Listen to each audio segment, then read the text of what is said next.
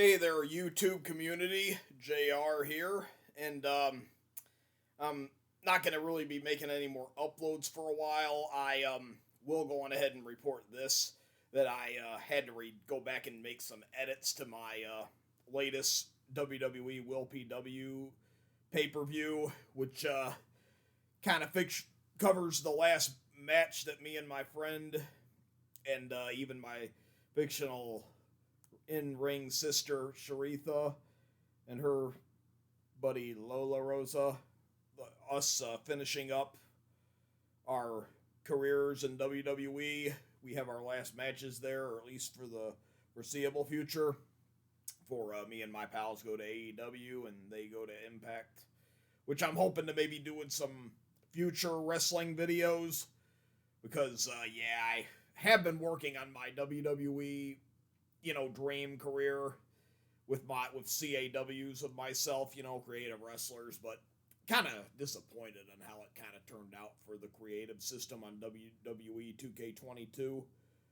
I ended up buying the NWO for Life edition of that, and it was on sale, and I was really expecting more out of the creative suits for at least it, because I hear the new AEW game is going to have like the simplified creative wrestler thing, but now I'm kind of hoping that at least it's better than WWE 2K22, but may not be much if it is. And I was kind of a little careless to use some music that apparently was, it had a copyright claim on it, and it got blocked worldwide. But I learned from that mistake, and I won't be doing it now. But I understand how the whole thing is on YouTube, and I won't ever mess up like that again. Hopefully not. I don't think I will. I'm usually a pretty good learner from my mistakes. I've gained a lot of maturity since I first started doing YouTube videos. And even ever since I've been a regular YouTuber, since dating all the way back to like 2014. But all right. All that aside, now to the heart of the matter. This video, I'm going to be talking about who villains I would like to be in the next upcoming Matt Reeves'es Batman movie, because I am a huge Batman fanatic. I really do like Batman a lot. He's like my favorite superhero, as well as the Joker, Scarecrow, and Riddler being my favorite supervillains. Not to mention Hugo Strange. Which, there's also other Batman villains. Batman's got an enormous, huge roster of Batman villains. In fact, not all of them have been in the media yet either. But I'm going to go on ahead and narrow down maybe 5 villains I would like to see as a possible potential main antagonist for the upcoming The Batman, whatever the sequel is going to be. I don't know, it may be The Batman 2 possibly, or it may have like a The Batman with a following extended title to it, maybe The Batman Returns. But anyway, on with the list, because I only have so much time to do this. It's December 29th, 2022, and I will go on ahead right now and talk about some possible villains I would like to see in the sequel. I mean, Matt Reeves has already made it clear that he wants to do Mr. Freeze himself. I mean, he hasn't been confirmed to be the villain in the sequel, but Matt Reeves really wants to do Mr. Freeze, so if they will let him do Mr. Freeze, he will most likely be the villain. But here are some second thoughts of what Matt Reeves could use. I mean, Matt Reeves and the writers and all that, they don't have to follow my advice, but I'll just go on ahead who I would like to see in the sequel of The Batman. The number one, maybe I'll just, like, the ones I really want in the, not say, I'll save those for later in this, but the one I would really like to see is Professor Pig. Now, Professor Pig, he is a very interesting Batman villain. He's pretty psychotic. He kind of like, butchers at people and all that, and is pretty dangerous. I mean, I don't know a whole lot about Professor Pig, but based on what I've seen of him in the Batman Arkham Knight game and in Beware the Batman. Now, in Beware the Batman, and compared to like the Arkham Knight and what I've seen, like pictures and like the comics and all that, he was actually a lot more sane in Beware the Batman animation, that 3D one that came on Cartoon Network back in 2013. He was voiced by Babu Bhatt from Seinfeld too, which is pretty impressive. Brian George, though, the guy that voiced Professor Pig and played Babu Bhatt in Seinfeld, he's actually a pretty amazing voice talent too. I've seen him voice a whole bunch of other characters, and he even voices Jedi Master Ki-Adi-Mundi in Star Wars: The Clone Wars. And he was even in an episode of Star Trek Deep Space Nine where he played Dr. Julian Bashir's father in the episode Dr. Bashir, I Presume. That's actually a pretty good episode and like one of the peak times for that series. But anyway, I'm a little off topic there. My point is that I think Professor Pig would be a pretty good villain because his personality and kind of like exterior that he puts out is really fitting for the Matt Reeves Batman universe because he's a little bit more grounded of a villain in many ways. He and you know, seeing as the fact that Paul Dano was like kind of like a horror like villain as the Riddler when he played him, I kind of feel like therefore that Professor Pig would be a pretty good one to put in this one, to have him be like the main villain in it. He could either be a standalone villain in it, or he can team up with another, which, since I can't really describe a whole lot of Professor Pig other than what I've just seen of him, the fact that he's just deranged and believes in perfection according to that Arkham Knight game. I mean, after all, in that Arkham Knight video game, Professor Pig abducts people from, like, different areas of the country as they were, like, former citizens of Gotham City, and from where he tried to make them, like, beings that would live on forever. They didn't meet his expectations, so he murdered them. So you could obviously tell here that Professor Pig is a psychotic killer. And seeing as the fact that the Riddler was like that in the Batman, I kind of think, you know, I mean, since we really need another kind of grounded like villain, Professor Pig really meets the bill here. Anyway, now I'm going to go on to the second villain here. Yeah, the second villain of who I think is another possibility of what would work for the Matt Reeves The Batman movie. The second one, the follow-up to the one that came out earlier this year, back in March. And I'm thinking another villain that they could probably use is...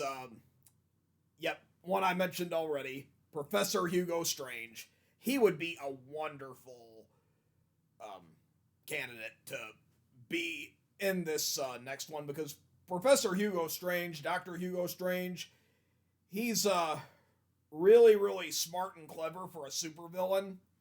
He's, him along with Hush, he's like one half of like the very few Batman villains that know of Batman's identity, that he's Bruce Wayne and all that.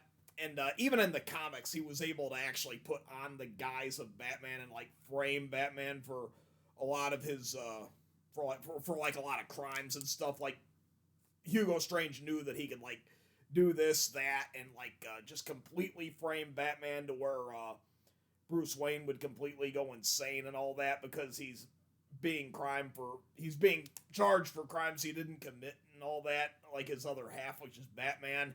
Because he knows Batman is what he thrives on. That's like his main, pretty much, entity in Bruce Wayne is just a cover-up. Because after Bruce Wayne's parents were murdered by Joe Chill, Bruce Wayne was no more. He pretty much became Batman right then and there.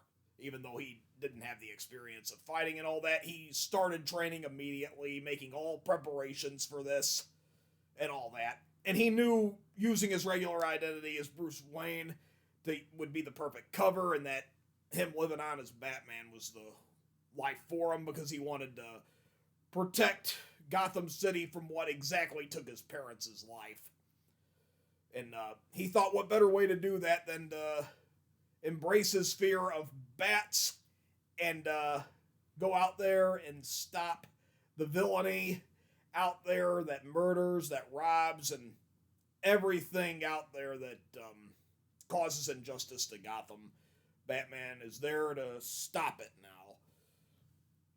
And yeah, I mean, since Hugo Strange like did that like clever scheme to like permanently rid Batman, although it derailed.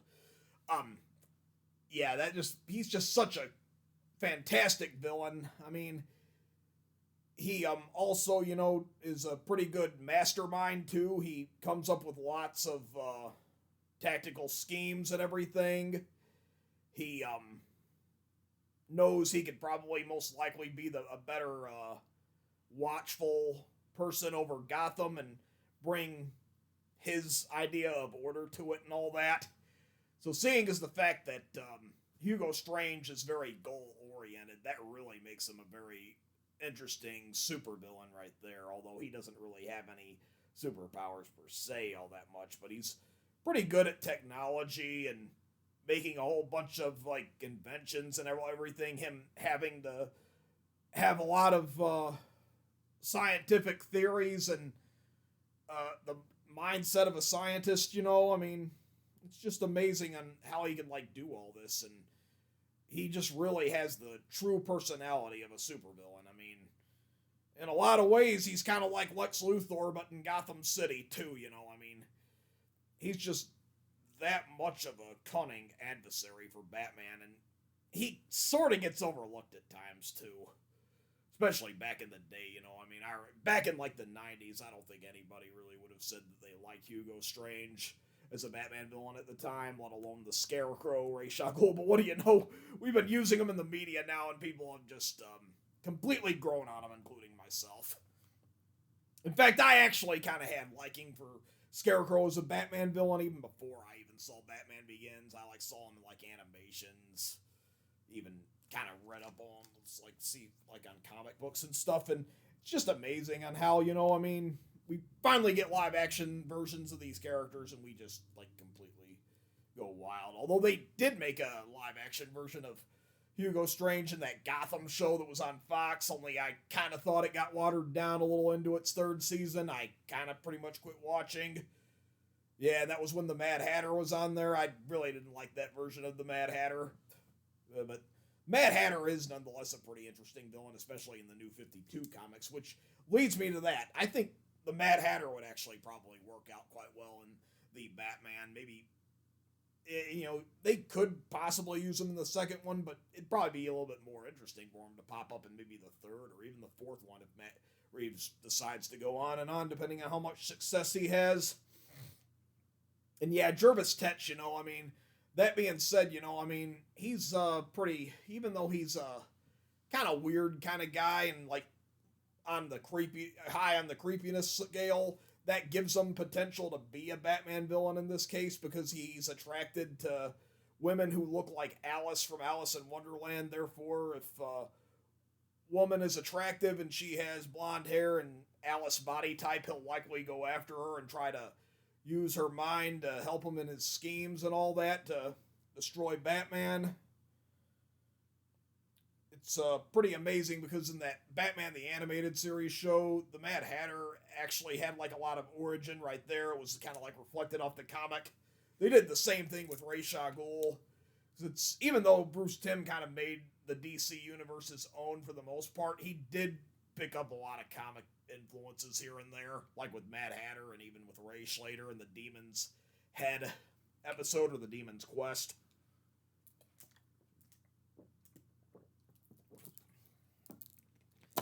But yeah, I mean, I don't know who I would really cast as these villains though, because that's a little bit complex, but I'm sure whoever they would choose would, I would wish them the best of luck with it, and also the actors who decide to take on the role.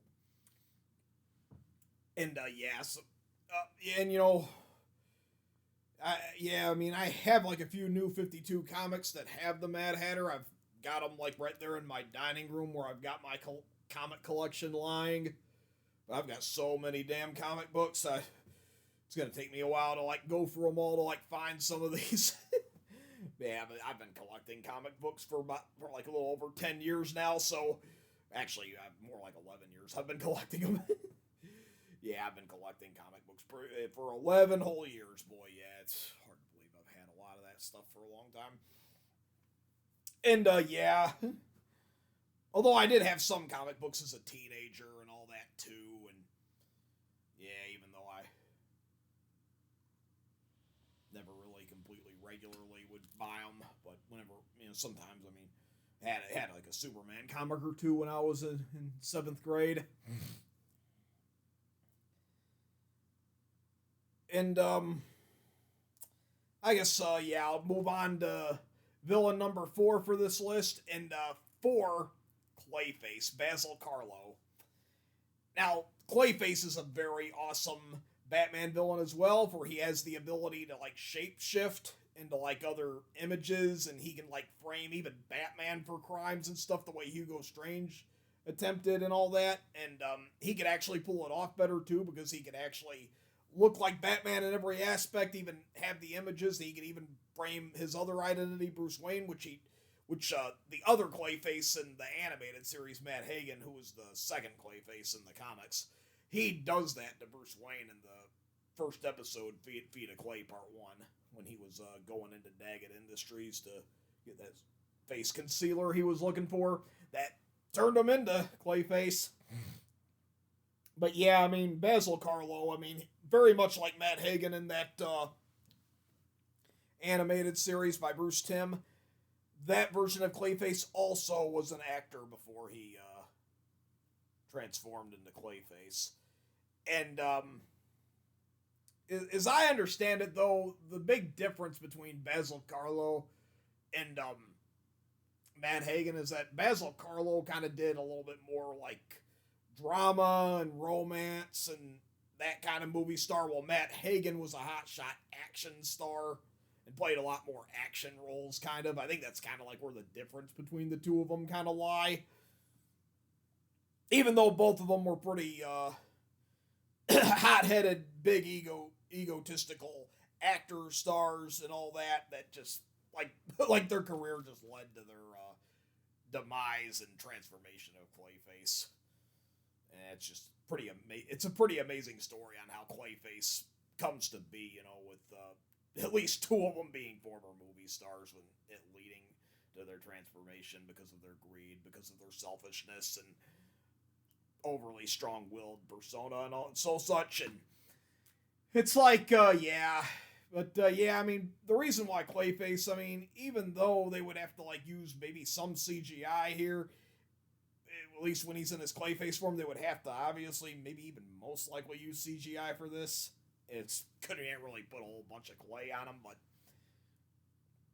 yeah, this would actually work because it is pretty fitting for the Matt Reeves Batman universe. I mean, I would say even though he would look CGI'd, I still think Clayface is a pretty grounded enough villain to fit in with the Matt Reeves Gotham City style and everything that's around it and everything. And maybe he could even come up with a plan to possibly turn all of Gotham into clay beings, giving them to the ability, the shape-shifting ability and all that, and Batman and even Robin here would have to go out and try to stop him and foil his plan for it and all that, and it could lead into even like a whole bunch of obstacles leading to that and everything, and getting in their way for them to achieve their planned success by defeating Clayface. So I really think that would work. So yeah, I've already named 4. Now on to the very last one. And the last villain that would probably work for the Matt Reeves Batman. See, I'm thinking, like when it comes to making a live-action Batman movie, they should use a villain that they haven't really used much or even at all in, like, hardly anything. And, that kind of, just pretty much leads me to this last one here, which I know he has been in a DC live-action movie, although it wasn't really a Batman movie per se, but Waylon Jones' Killer Croc. it would be pretty cool to see Killer Croc in a live action Batman movie as well. I mean, he has been in one. It was in that Suicide Squad movie from 2016. Although, like I said, not per se a Batman movie, but my point is here is that it would be cool to have like an actual movie that evolves around Batman. That's a completely a Batman movie, and to have Killer Croc live action appearance in it. And thing about Waylon Jones is that he was born with a condition that gave him the appearance of a crocodile. He would wrestle crocodiles and all that, and join circuses and stuff. And he was always judged for his appearance and everything. That he just never really knew how to react properly towards those people and everything. So yeah, it's like here you actually notice that Killer Croc was pretty much born to be a villain, and he's got the groundedness. You know, he's got that groundedness to his villain persona and everything, and he could really, you know, I think Matt Reeves could really pull it off if he put Killer Croc in this, because Waylon Jones is a pretty fairly tough opponent for Batman, since he is like, you know, 10 feet tall, and he's like a mutated human crocodile. Very intimidating and scary looking for this kind of Batman too. And with that all being said, the fact that Killer Croc also like lives in like water places like Gotham City sewers and everything, it really puts Gotham City in a lot of endless danger and stuff. And it would kind of like add a little bit of scariness to it, because I think unlike the Killer Croc and Suicide Squad, I think they should make this one a little bit more like the actual character, to where they don't like kind of spoof on him and make him a little bit more of a kind of parodied version like he was in the Suicide Squad. Although Suicide Squad, Killer Croc was pretty interesting in many ways. He was played by the actor Adewale, or Adewale, however you say his name, but he was also Lochna in The Mummy Returns, and Hitu in Ace Ventura: When Nature Calls with Jim Carrey, who was the Riddler. And of course The Mask. Too many to list. But yeah, I mean, and Killer Croc even does a whole bunch of other stuff. I mean, he even bit off Aaron Cash's hand. Aaron Cash, he's a Gotham City police officer. And that being said, if they do put Killer Croc in this, it would be icing on the cake if they put Aaron Cash in it with them, and leading to that scenario and everything, or at least coming up with a flashback. Like maybe Aaron Cash already has the hook for a hand, but he's already recollecting on how his hand was bit off by Killer Croc and everything. And the Aaron Cash Killer Croc rivalry would be a pretty amazing feature for this. As Aaron Cash, even before the Batman Arkham games, he was in a comic issue from '03. And it's the thing, Aaron Cash, he's pretty much, when you get right down to it, he's the true adversary of Killer Croc over Batman himself. Yeah, just tell that. Even if they made a comic or something in the media where Killer Croc and Aaron Cash finally settle the score again, like in a wrestling ring, that would be pretty interesting. But yeah. Well, then, that's about everything I have to say about the Batman villains in this upcoming Batman film. I'm already re-editing Fight Fest 2, on my other computer. I just can't believe I made up that little slip up. I kind of got a little jumpy and shaky and careless. But nonetheless, I'm going to learn from my mistake there, and hope everything works out for the best. And I will, take everything one step at a time. I'm going to be going on a hiatus here real soon. I'm probably not really going to be uploading or creating any content for 2023 unless I maybe buy like a new console or something. Maybe I might make one. I mean, like I said, I'll probably do limited to no uploads next year, and I'll probably be working on maybe some more gaming vlogs and stuff. Maybe the following year, 2024. We'll have to wait and see how everything works out for me because I've got a whole bunch of New Year's resolutions planned and everything, and I plan on working more on myself and everything because for as long as I've been independent and have been living on my own and on disability, I have been showing myself off on the internet so much. Not exactly all on YouTube, but doing a whole bunch of other stuff and like other forms of how you can do this kind of thing. And just dating all the way back to like fall of '08. I've been doing lots of stuff online. And I kind of feel like I deserve a very long, big break from all this. And so I can kind of become more responsible in many ways and everything. And yeah.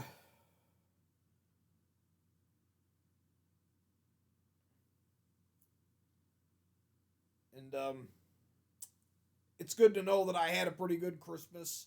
I went over to my mom's house. She made lasagna. And I just pretty much hung out here and I watched movies. I watched that Christmas Story movie, A Christmas Story Christmas, which was a really good movie. I mean, it's the sequel we really truly needed after all this time. Even though they gave it a couple shots and it never really quite worked out. Although My Summer Story was actually a pretty decent movie. The movie wasn't really that bad, although the actual Christmas Story 2 that would come out in 2012, however, not really so much into that. I mean, I never watched it, but I don't think I will because it just looks that bad and everything. And, yeah, and then other than A Christmas Story Christmas, I watched a couple episodes of Batman the Animated Series that was, that evolved around Christmas, like Christmas with the Joker, for instance. Watched that. Sad to know that we lost Kevin Conroy a little over a month, almost 2 months ago. Just so sudden.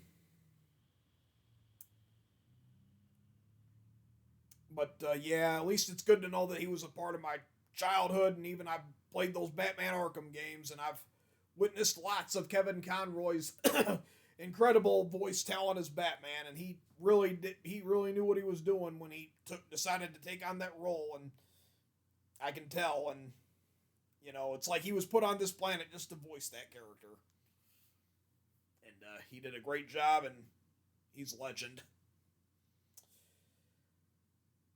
And yeah, I also watched the movie Lightyear, that Buzz Lightyear movie that was that came out back in June. It was on Disney Plus. I watched it a couple times.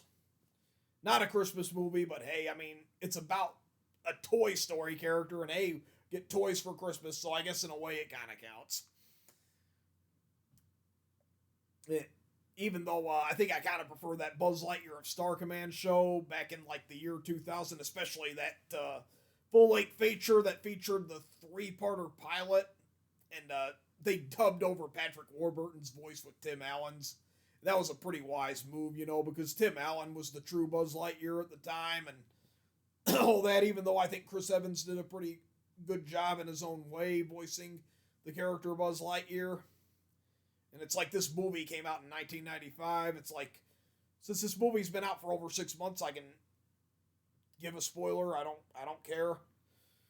But it opens up and it shows you that the whole reason why Andy wanted the toys because he saw the movie earlier that year, and it's like, he just wanted a Buzz Lightyear. Kind of like in the movie Jingle All the Way, Anakin Skywalker in that movie, Jamie, wanted a Turbo Man because Turbo Man was the big thing. It's like, amazing.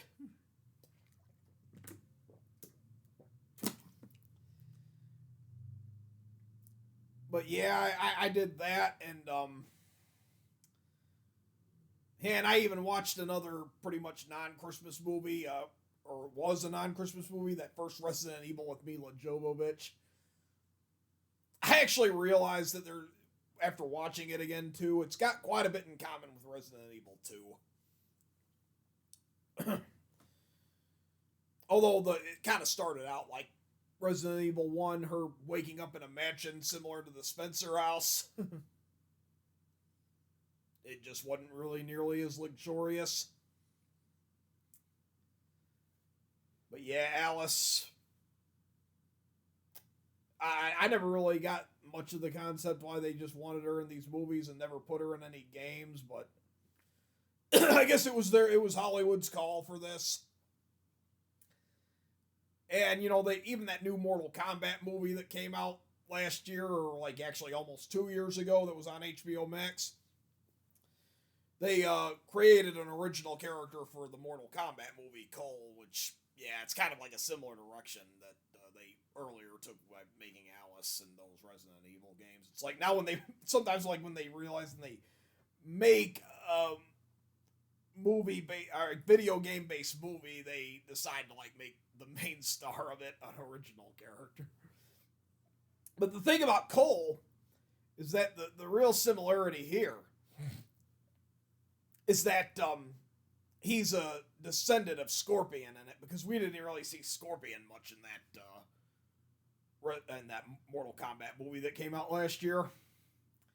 And another thing about with the Resident Evil movies, I mean, not only do you have Alice, but you had the Red Queen. And I noticed with Resident Evil 7 Biohazard and with Resident Evil 8 Village, Ethan is somewhat like Alice, while Evelyn in Resident Evil 7, and she even makes that little brief cameo appearance in Village and Ethan's mind. She's similar to the Red Queen in some respects.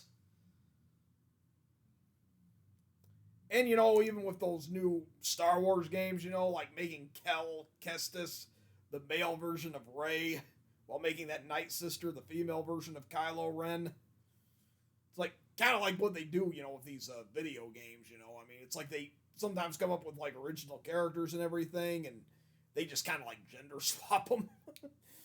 They're kind of doing that, maybe even subconsciously here. Not to criticize them or nothing. I'm just kind of stating what I kind of see with my own eyes, although I'm not really a therapist, and I don't know the whole story behind this, but just the way things in the entertainment world work out usually. Yep.